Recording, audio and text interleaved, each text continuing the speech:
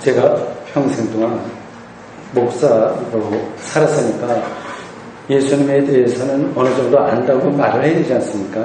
뭐 좀 알긴 알죠. 그러나 여전히 예수님에 대해서 궁금한 게 많습니다. 뭐 한두 가지가 아닙니다. 그 중에 하나가 이렇습니다. 아마 여러분도 똑같이 생각하실 거예요. 예수님이 하나님의 아들이라고 한다면 이 땅에서 사는 동안에 자기가 생각이 다른 사람들, 그런 것들을 설득할 수 있어야 되지 않습니까?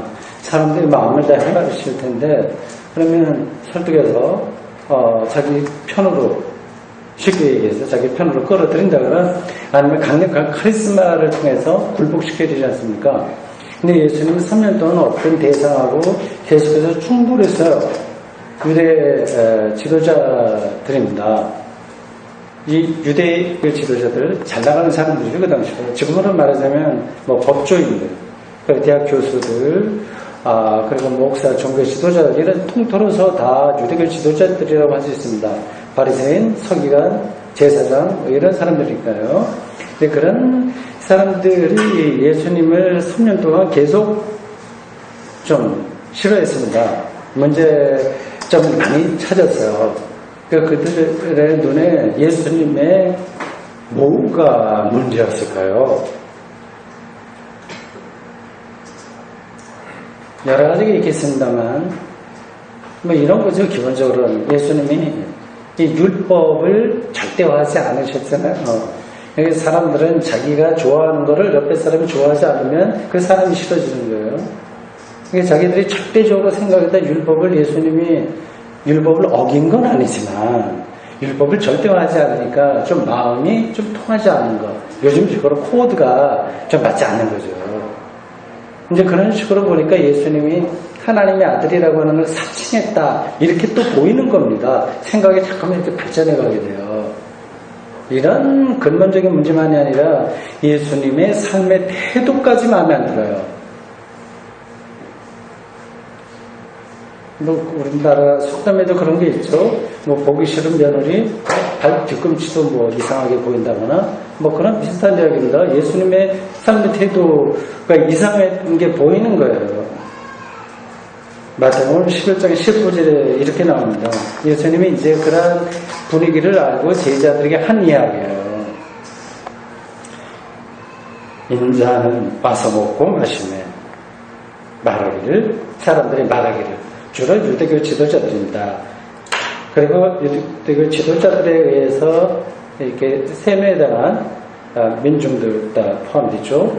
보라, 먹기를 탐하고 포도주를 즐기는 사람이요 세리와 죄인의 친구로다 하니. 바리새인들과 서기관들이 예수님의 그 삶의 태도에서 트집을 잡은 것은 두 가지입니다. 하나는 예수라고 하는 자가 먹는 거를 탐한다. 예수님에게 식탐이 있었겠습니까? 먹는 거 별로 즐겨하지도 않았을 텐데 하여튼 그렇게 생각을 했어요. 먹는 거 즐겨하고 포도주도 뭐 자주 마시고 그리고 죄인들, 세리들하고 어울린다, 이런 거였습니다. 그 당시 종교적으로 경건하게 사는 사람들은 먹을거리를 엄격하게 구분했습니다. 요즘도 뭐 좋은 먹을거리 많이 찾지 않습니까? 먹는 거는 중요하죠. 레위기 11장에 보면 자세하게 나옵니다. 육지 짐승 중에서 정한 것과 부정한 것, 먹을 수 있는 것과 없는 것, 물고기들 중에서도 먹을 수 있는 것과 없는 것, 뭐 비늘이 있는 것, 어떤 것, 그리고 새들 날아다니는 것 중에서도 먹을 수 있는 것, 없는 것, 다 그렇게 세세하게 이렇게 규정되어 있습니다. 예를 들자면 육지 짐승 중에서는 여러분들 잘 알고 있는 대로 두 가지 조건에 맞아야 먹을 수 있었습니다. 되새김질하고 그리고 이게 통굽이면 안 되고 갈라진 거 됐습니다. 돼지 같은 경우는 발은 갈라졌잖아요. 이 조건은 많은데 새김질을 안 합니다. 못 먹어요. 그러니까 지금도 이 성경을 문자적으로 믿는 사람들이라고 한다면 삼겹살 먹으면 곤란합니다. 말 같은 경우에는 되새김질을 하긴 하지만 발이 통굽이잖아요. 그래서 먹지 못합니다. 그들은 이제 그런 방식으로 철저하게 먹을거리를 구분했어요. 레위기 10장 9절에 보면 포도주나 독주를 또 마시지 말라고 했습니다. 뭐 이런 건 그 당시 그 시대에 필요한 어떤 먹을거리의 기준들이었어요. 뭐 그건 지금도 계속 되고 있습니다. 어머니들은 자식을 키울 때 이거 아이들에게 좋은 거야 아니야 뭐 이렇게 구분하는 거하고 비슷한 겁니다.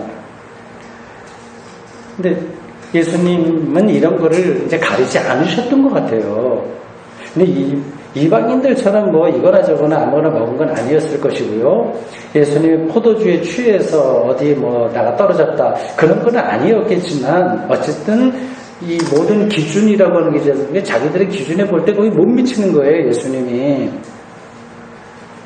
어떤 목사가 테니스장에 가서 동호회원들하고 테니스 치고 맥주 마시는 걸 보고 옆 교회 장로가 저 목사 저러면 되냐 하는 거하고 비슷한 형국입니다. 다른 하나는 사회적으로 평판이 떨어지는 사람과 예수님이 어울린 거예요. 근데 이게 우리들에게 제가 아무것도 아니고요. 근데 그 당시에는 이게 굉장히 예민했습니다.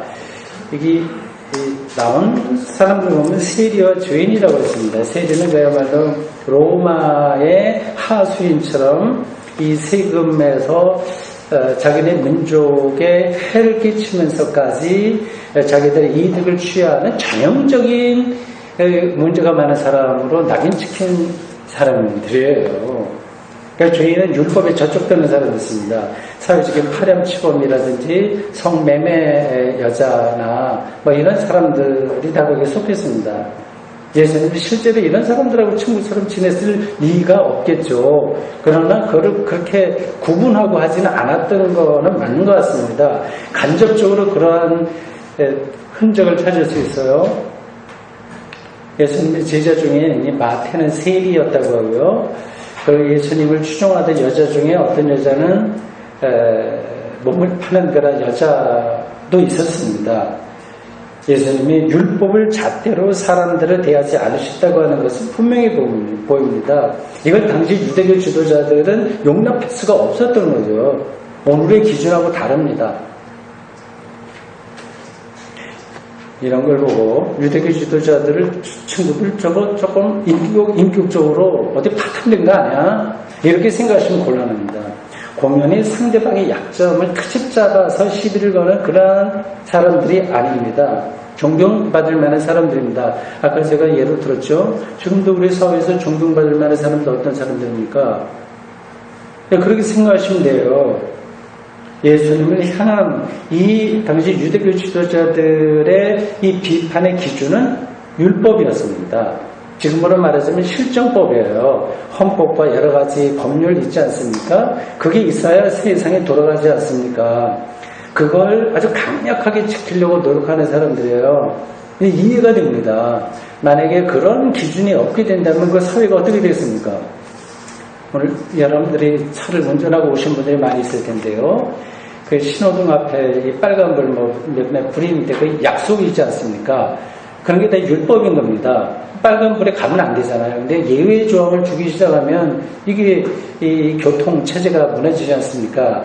그래서 이 당시 유대교 지도자들은 예외 조항 없이 무조건 이 율법을 엄격하게 지키려고 노력했던 굉장히 모범적이고 굉장히 존경받을 만한 그런 사람들이었습니다. 안식 문제만 해도 그래요. 이 안식일을 그들이 고수하는 이유는 다 이유가 있습니다. 그래도 이제 목회자로서 저도 이제 그런 고민이 있긴 있습니다. 신자들에게 이 주일, 보통 말해서 주일 성수, 이걸 어느 정도까지 말을 해야 되냐 하는 점에서 말이죠.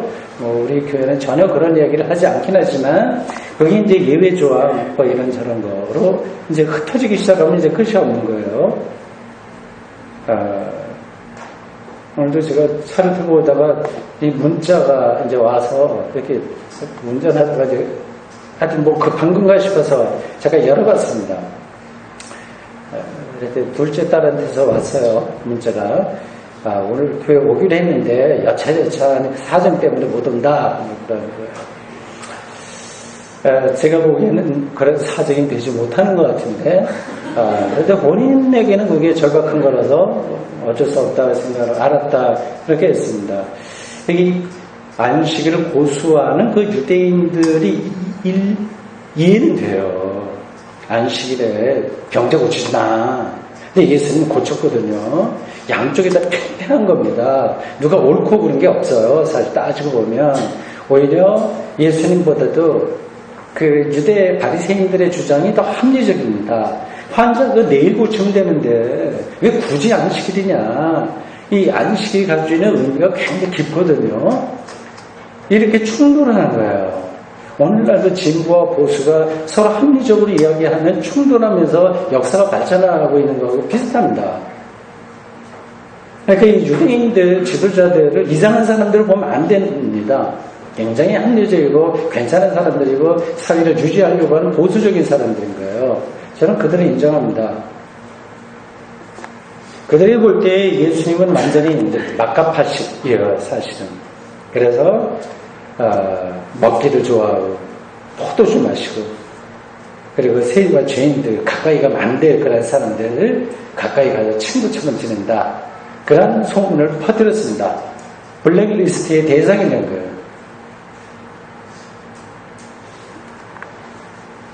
이러한 입장에 있을 때 예수님이 어떻게 하면 좋을까요?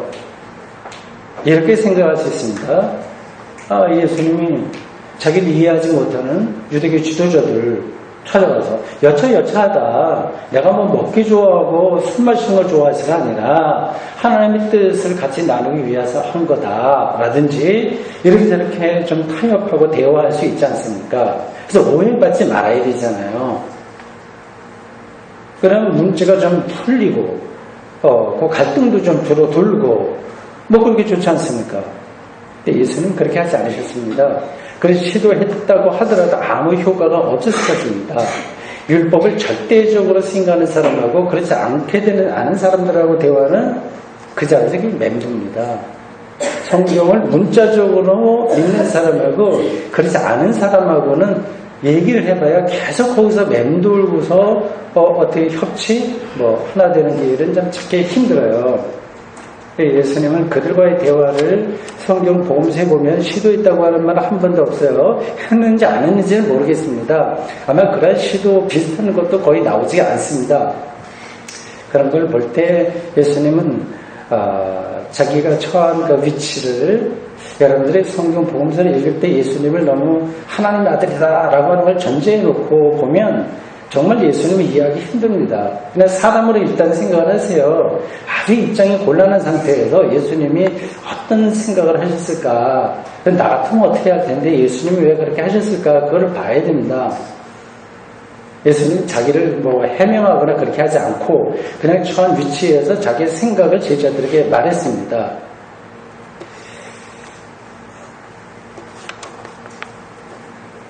마태복음 11장 25절에서 이렇게 이야기합니다.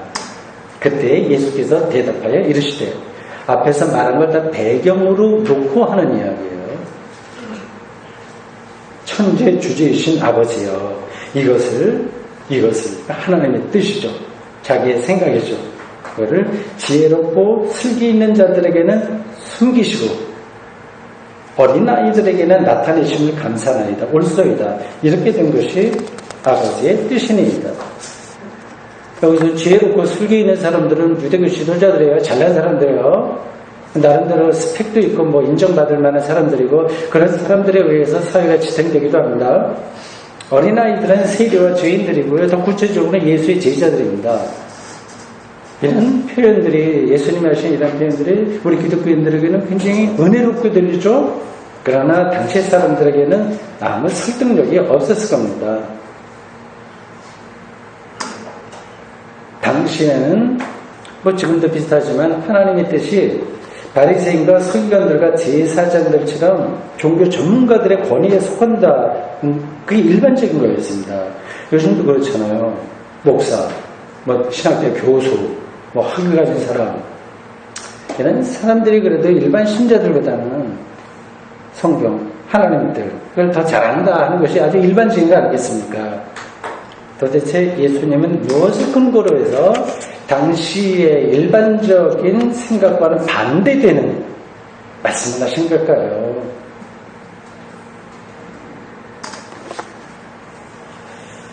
당시 종교 전문가들만 아니라 오늘의 종교 전문가들도 저를 포함해서요, 다 슬기롭고 지혜로운 사람들입니다. 신학을 전공하고 일정한 코스웍을 마치고 또 현장 임상 교회 현장에서 일정한 기간을 훈련을 받고 또 조금 필요한 경우에 학위도 받고 목사 시험에도 합격하고 그런 걸 거쳤으니까 권위를 인정받을 만합니다. 그런 공부와 실습과 경험은 다 중요합니다. 이 세상의 전문가들은 다 그런 과정을 거쳤습니다. 모든 전문가들이요. 그렇습니다. 전문가들의 결정적인 한계는 자신들이 뭔가를 알고 있다고 하는 확신과 착각입니다. 실제로 알고 있는 건 많아요. 근데 그게 다 상대적인 거예요. 저 사람보다는 내가 조금 더 아는 거죠. 저 목사로서도 일반 신자들보다는 성경을 늘 같이 대하고 평소에 그것만 갖고 전업으로 살았으니 조금 더 아는 것은 맞습니다. 그러나 그게 다 상대적인 거예요. 물리학자도 그렇고 변호사도 그렇고 의사 선생님들도 그렇고 다 상대적으로 조금 더 아는 겁니다. 근데 그 상대적으로 더 아는 거를 절대화하게 됩니다. 사람은 인정받으니까 당신은 이거저거로 인정을 해줘요. 그럼 정말 자기가 많이 아는 것처럼 생각을 하게 됩니다. 사람은 그렇게 돼 있어요. 저도 그런 위험성에 노출될 수 있다고 하는 생각으로 조심하긴 합니다만은 저절로 그렇게 가게 됩니다. 예수 당시 유대교 지도자들 역시 그런 착각과 확신에 발목이 잡혀서 하나님의 뜻에는 점점 멀어집니다. 참된 것을 아는 데서 멀어지는 거예요. 그러니까 자기가 세계를 보는 전문가가 되면 좁아져요. 이상하게. 그 틀로만 세상을 이해하게 됩니다. 아마 여기 우리 교회도 전문가들이 많이 계시죠. 동의하실 겁니다. 제가 그렇게 느끼고 있으니까요. 저 스스로 그렇게 느끼고 있으니까요. 그들의 눈에, 그러니까 더 구체적으로 얘기하면 율법이라고 하는 그 프레임 아니면 패러다임, 그걸로 예수를 보니 영 말이 아니거든요. 그러니까 제쳐놓는 거예요. 그럴 수밖에 없습니다. 그들은 그런 점에서 좀 연민이 느껴져요. 그들이 싫어서 일부러 말썽을 부리려고 그렇게 한 건 아닌데 이미 그렇게 전문가가 되어버리게 되면 이제 그렇게 예수를 배제하게 됩니다.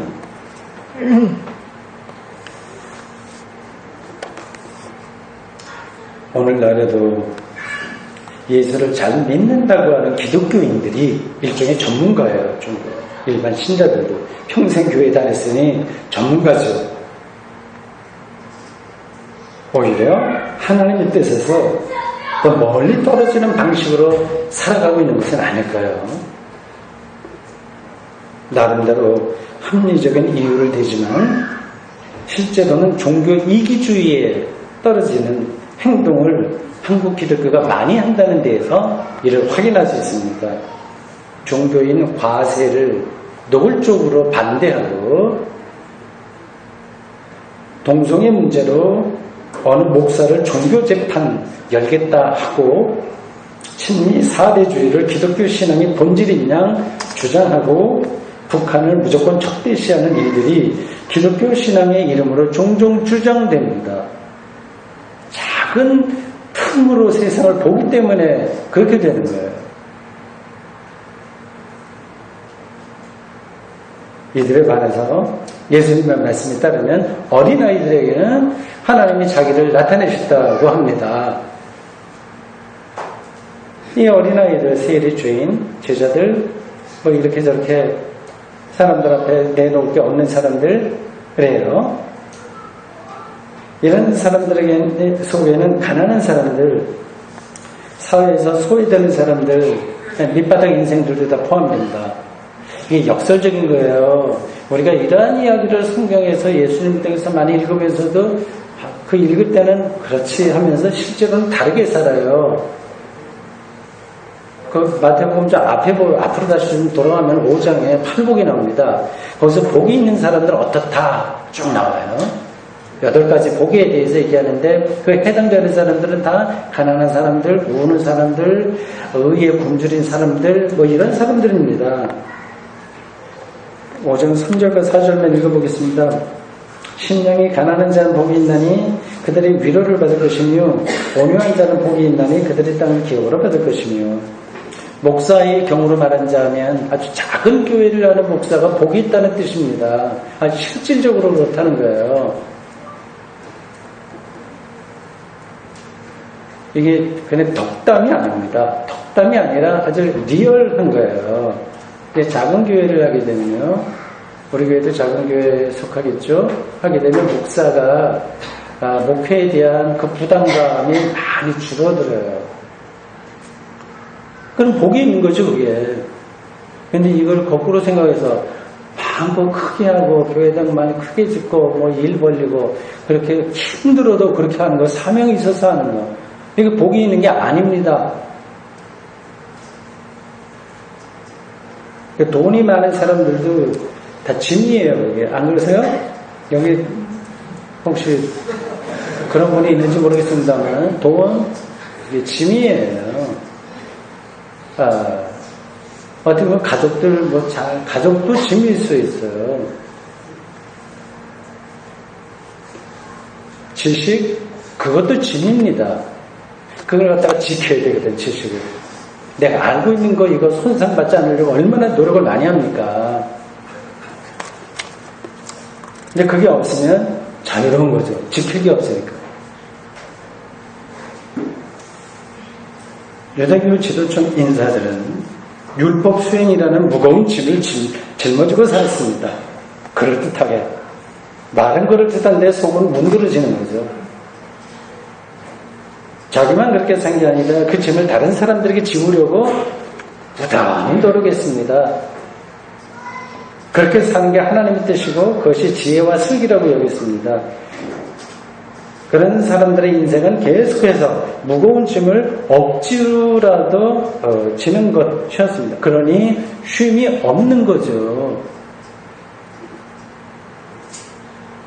직선적으로 말씀드리면 오늘 한국교회 신자들의 신앙생활에 발을 보아왔습니다. 아무리 열심히 신앙생활을 하더라도 끝이 없어요. 좀 더 열심히 해야 된다는 강박감을 느끼고요. 어딘가 잘못한 게 없는지, 그래서 하나님의 징계를 받는 건 아닌지 불안해합니다. 죽을 때까지 그렇게 살고 있습니다. 예수님 당시의 유대교는 그런 방식으로 사람들을 괴롭혔습니다. 물론 괴롭힌다고 생각은 하지 않고 그게 하나님의 뜻이라고 얘기했지만 실제적으로는 괴롭힌 거예요. 마태복음 23장 4절에서 예수님은 서기관과 바리새인들을 비판하면서 이렇게 말씀하셨습니다. 아주 실질적으로 들으셔야 됩니다. 또 무거운 짐을 묶고 사람의 어깨에 지우되 자기는 그것을 한 손가락으로도 움직이려 하지 않는다. 한국 교회만이 아니라 대한민국이라고 하는 공동체 전체가 무거운 짐을 지고 서로 상대방에게 짐을 지우면서 살아가고 있는 형국은 아니는지요? 그리고 그게 인생이라고 스스로 생각하고 있는 것은 아닌지요? 우리보다 가난한 나라 사람에 비해서 행복 지수가 턱없이 우리가 낮다고 하는 데서 이를 확인할 수 있습니다. 예수님은 당시에 이러한 종교, 사회, 정치, 이데올로기에 대해서 정면으로 도전하는 말씀을 하셨어요. 예수님은 이렇게 좀 모양을 바꾸고 개량해 나가고 그게 아니라 전복하신 분이에요. 그 전복성이라고 하는 걸 이해하지 못하면 복음을 이해할 수가 없습니다. 28절과 30절 오늘 본문 말씀에 예수님의 말씀을 그런 도전으로 생각을 들어보십시오. 수고하고 무거운 짐진 자들아 다 내게로 오라. 내가 너희를 쉬게 하리라. 나의 멍에를 메고 내게 배우라. 그리하면 너희 마음이 쉼을 얻으리니. 이렇게 하면서 내 짐은 가벼움입니다. 그래서 무겁다 가볍다고 하는 것이 대조해서 계속 나오고 있습니다. 여러분 어떻게 생각하십니까? 이게 맞는 이야기예요? 예수님에게 가면 나에게 와라. 내 주는 가볍다. 가벼우십니까? 아닙니까? 어떻습니까? 지금 이 순간에 여러분들의 삶에서 가장 무거운 짐이 뭔지를 잠깐 생각해 보십시오. 각자 다를 겁니다. 정말 무겁게 생각하는 분들이 있고 좀 대충 살만하다, 괜찮아, 이 정도면 그렇게 생각하는 분들도 있을 겁니다. 여기 어떤 자영업자가 있다고 합시다. 그런데 이런저런 일로 영업이 잘 안 돼요. 점점 손님도 줄고요. 그래서 월세 내기도 힘들다고 한다면 이 사람의 마음이 얼마나 크게 무겁겠습니까? 그건 말이 아니라 자식이 크게 사고를 치거나 말썽을 피거나 이렇게 하여튼 그렇게 해야 된다면 그것도 좀 마음의 짐이 되겠고요. 가족 중에 누가 아프다고 한다면 아주 큰 병이 걸렸다면 그것도 얼마나 힘들겠습니까? 무거운 짐을 진 자들아 내게로 오라 내가 너희를 쉬게 하리라고 하는 말씀, 이런 문제들을 해결해 준다는 말씀이 아닙니다. 예수님에게 온다고 해서 이런 문제가 해결되지 않습니다. 그건 우리가 해결해야 되는 거예요. 그러니까 우리가 할 거를 이렇게 밀어놓고 그분의 어떤 특별한 도움으로 해결하려고 하는 그 생각을 내려놓으십시오. 예수 믿는 사람은 예쁘다고 해서 하나님을 이렇게 편애하신다면 그런 문제들, 물론 편애는 하시는 거예요. 특별하게 우리가 은총을 주시니까. 그러나 그러한 문제들, 다른 사람들이 짊어지고 살아가야 될 이 세상의 어려운 그런 것을 다 제해준다? 말이 되질 않습니다. 우리가 정말 신앙인이라고 한다면 오히려 다른 예수 믿지 않은 사람보다 우리가 그걸 더 져야 되는 거죠. 그건 우리가 해야 돼요. 그래서 정치에도 참여해야 됩니다. 그러니까 정치를 사야 되죠. 좋은 정치인을 뽑아놔서 이 세금을 바르게 쓰게 하는 거. 그건 우리 문제 해결하는 거 아니겠습니까? 그런 것들은 전혀 하지 않은 상태에서 밤새워서 철학기도 하면서 자기의 일을 여행수를 해결하려고 하는 것은 건강한 신앙이 아닙니다. 예수님이 말씀하신 쉼이라고 하는 것은 전혀 다른 차원인 거예요. 이 다른 차원이라고 하는 것이 손에 안 잡히니까 답답해서 또 이제 그런 쪽으로 나가게 되죠. 쉼은 안식입니다. 안식. 안식일이 가지고 있는 그 개념입니다. 안식이에요. 이 안식은 우리에게 쉽게 주어지지가 않습니다. 전혀 싸구리가 아니에요. 오죽 했으면 인생은 고해다라고 하는 말이 있겠습니까? 제가 목사니까 하여튼 자꾸만 이렇게 목표의 예를 들게 됩니다. 유대인들에게 율법이었던 무거운 짐이었잖아요. 그런 것처럼 목사에게는 목회가 짐입니다. 실제로는. 어떤 목사는 즐겁게 재밌게 한다고 하지만 저도 즐겁게 재밌게 하긴 합니다만 어쨌든 그게 짐이에요. 그러니까 목회에서 손을 떼면 일단 뭔가 마음이 자유로워진다, 편해져요. 신경 안 써야 되니까요. 그러나 그것은 겉으로 드러나는 것에 불과합니다. 그래 짐이라고 생각했던 것을 내려놓으면 편해지는 것. 그건 겉으로 드러나는 것에 불과합니다. 그 목사가 내면에 어떤 것을 충만하지 않으면 안식은 불가능합니다. 목회를 그만두고 쉬는 것은 그에게 안식이 아니라 오히려 허전한 거죠. 그래서 자꾸만 목회를 하려고 합니다. 허전해요. 자기가 아무리 취미생활을 다양하게 꾸린다고 해도 그의 영혼은 안식을 누리지 못합니다. 삶의 상투성에 떨어집니다. 이건 목사만이 아니라 여러분도 똑같을 거라고 합니다. 참된 안식은 하나님에게 받아들여지는 데서만 주어집니다. 하나님에게 받아들여진다는 사실을 이제 절실하게 깨닫는 데서 쉼이 보장됩니다. 하나님에게 받아들여진다고 하는 것은 생명을 얻는다는 뜻이기 때문입니다. 생명을 얻는다고 하는 것은 구원받는다는 뜻이에요. 생명 구원을 얻기 위해서 사람들은 다 열심히 노력합니다.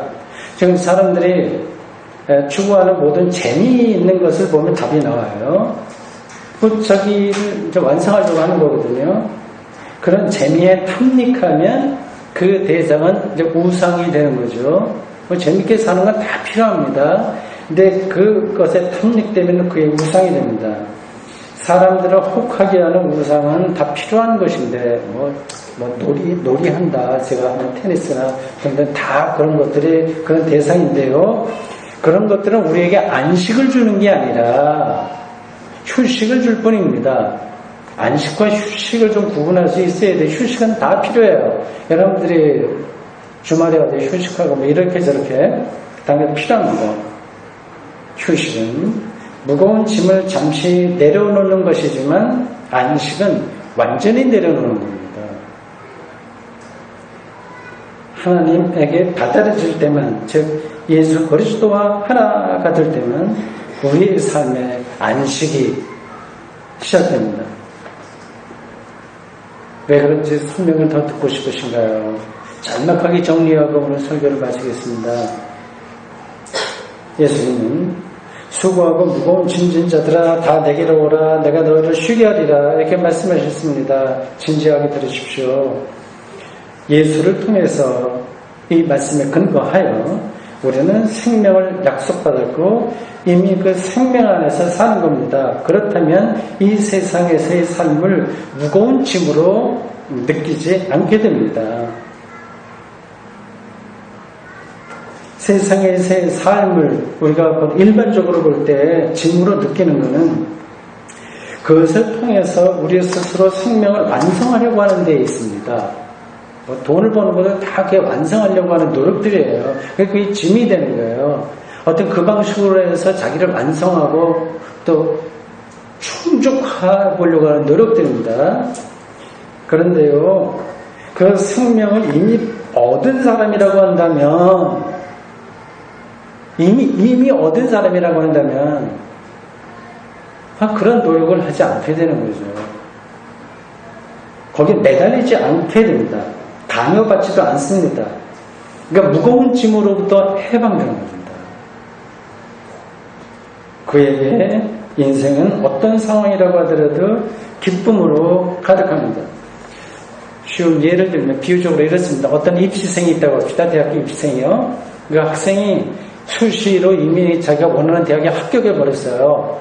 그러면 이제 나머지 시간, 대학에 들어갈 때까지 몇 달 남지 않습니까? 그때 다른 공부를 하면서 재미있지만 그 공부에 부담은 없는 거죠. 우리 기독교인의 인생살이가 바로 그와 같습니다. 수시로 합격한 사람이에요. 문제는 그 합격했다고 하는 사실을 얼마나 절실하게 느끼느냐에 있습니다. 잘 안 되죠. 되기도 할 겁니다. 그래서 제가 어떻게 더 말로 설명하시겠습니까? 사랑하는 성도 여러분, 예수를 통해서 하나님에게 받아들여졌다고 하는 사실을 경험하지 못하셨나요? 그렇다면 여러분은 아직 예수 그리스도가 누군지 알지 못하는 겁니다. 여러분은 알게 모르게 세상이 요구하는 율법에 묶여있는 새입니다. 세상은 그것을 율법에 묶여서 사는 것을 지혜롭고 슬기 있는 것이라고 주장할 겁니다. 수고하고 무거운 짐진 자들아 다 내게로 오라는 예수님의 말씀을 믿고 그에게 가보십시오. 생명의 주인이신 하나님에게 받아들여진다고 하는 것이 무엇인지를 알게 될 것이며, 그래서 여러분의 삶이 비록 겉으로는 수고하고 무거운 짐으로 둘러싸여 있다고 하더라도 참된 안식을 얻을 것입니다. 네, 저는 그렇게 확신합니다. 기도하겠습니다. 주님, 오늘 저희들 예수님이 제자들에게 주신 말씀을 마태복음이 전해준 대로 들었습니다. 수고하고 무거운 짐진 자들아 내게로 오라 내가 너희를 쉬게 하리라. 전혀 새로운 생명의 그 차원을 우리들에게 주신 예수님의 말씀이었습니다. 그런 말씀에 순종하고 살기 원합니다. 예수님의 이름으로 기도합니다. 아멘.